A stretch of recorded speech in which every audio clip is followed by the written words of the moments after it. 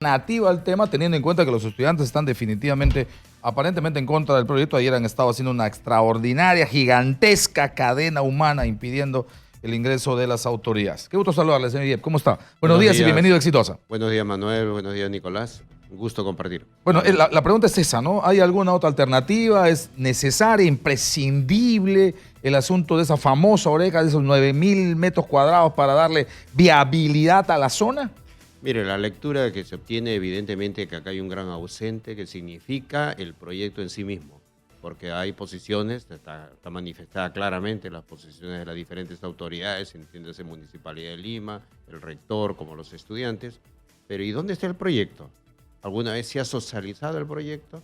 ¿Se ha mostrado las características del proyecto? ¿Cómo se va a integrar con la ciudad? ¿Cómo se va a integrar con el campus universitario? Porque la lectura de la discusión es que se va a construir un muro. Evidentemente, la construcción de un muro al lado de un intercambio es poco amigable. ¿Qué está pasando por debajo de las pistas? Porque evidentemente va a haber acá...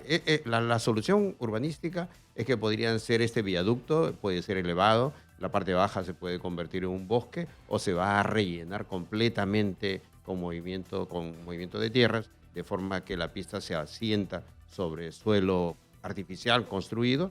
No hay Nada de eso sabemos. Nada se sabe. Claro, pero además, por lo que nos ha contado el rector cuando ha estado acá, la oreja esta que pretendía el proyecto de Castañeda y desde antes ya se descartó.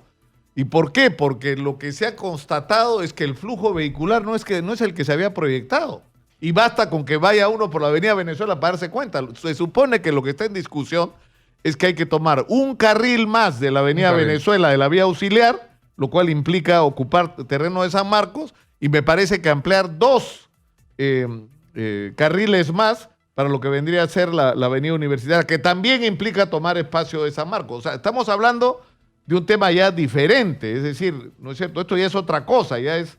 Y por eso es que se reduce tanto la cantidad de metros que serían tomados de San Marcos. Claro, porque acá en realidad hay dos grandes aspectos que tienen que resolverse. Por un lado es el tema vial, que es el sustento para ejecutar esta oreja, ¿no? Pero eso significa que hay que volver a hacer todo un estudio de impacto vial para para identificar cuáles son los flujos más importantes, del tipo de vehículo que se requiere, pero también la forma de cómo esta solución vial sirve para acceder a la universidad.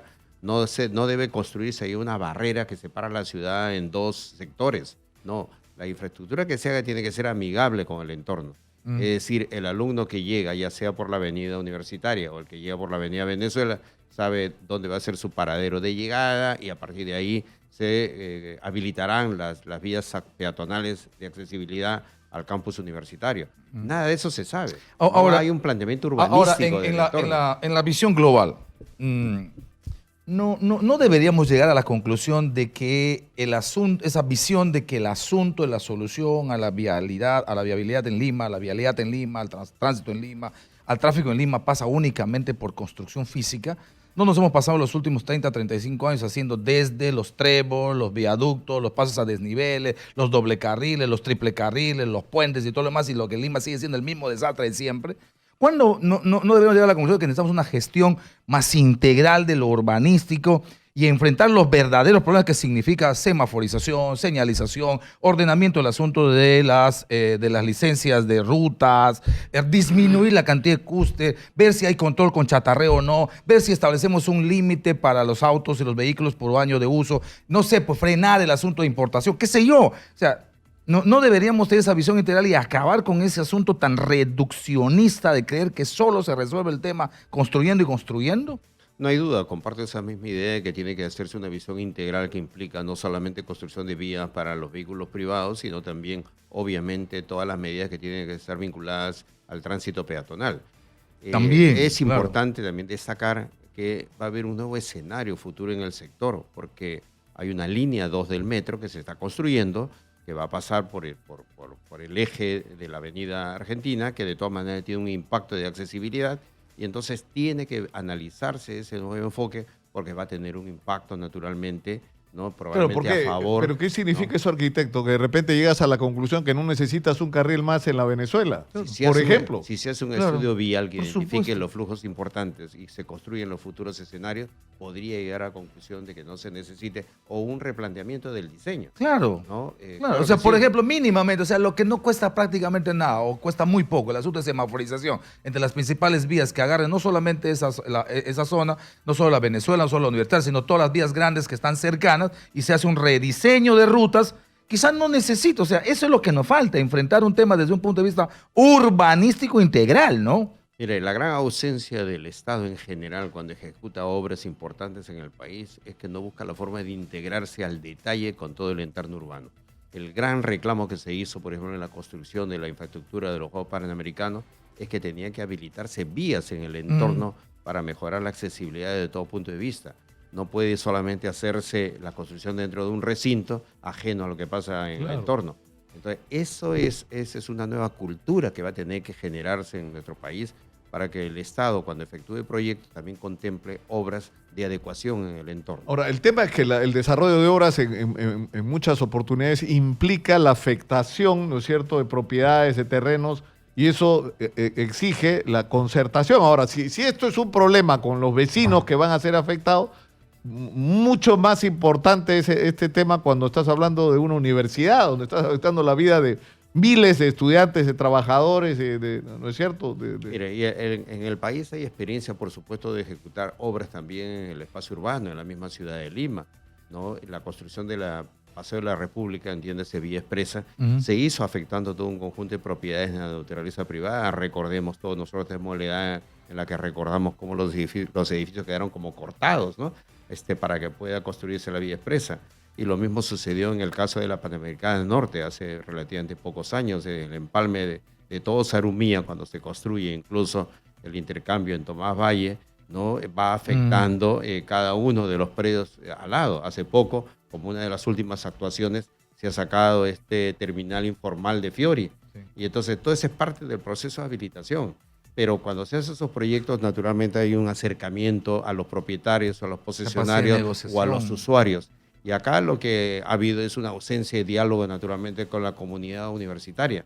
Lo más importante también esto es una señal de alerta, ¿no? Porque ya no tiene que ver con el tema urbano, sino hay un nivel de insatisfacción del estudiantado que también tiene que atenderse, tiene que ver con gestión, pero que son enfoques distintos, ¿no? Ahora, arquitecto, para terminar, lo que uno no entiende, por ejemplo, ha habido una protesta en Piura en estos días con respecto a lo mal que se han hecho las obras, a los retrasos, ¿no es cierto?, en todo el tema de la reconstrucción. Y lo que uno no entiende, porque yo ya no sé ni cuántas entrevistas le hemos hecho a los decanos de los colegios de arquitectos, de ingenieros, a los ingenieros y arquitectos de las facultades universitarias de Piura sobre cómo hacer el proyecto, ¿por qué no son parte de esto? Eso es lo que no se entiende. O sea, ¿cómo puedes desarrollar proyectos sin tener en cuenta la opinión de la gente que desde el punto de vista técnico sabe? Es más, en muchos casos ya los estudios están hechos, ya se sabe lo que hay que hacer. Mire, yo te agradezco, Nicolás, por el tema, porque esto me abre para tocar un punto más que lo he discutido dentro de espacios un poco más cerrados. Fíjense, acá ha habido un enfoque equivocado, hay que decirlo, de la Autoridad de Reconstrucción con Cambios para encarar la reconstrucción.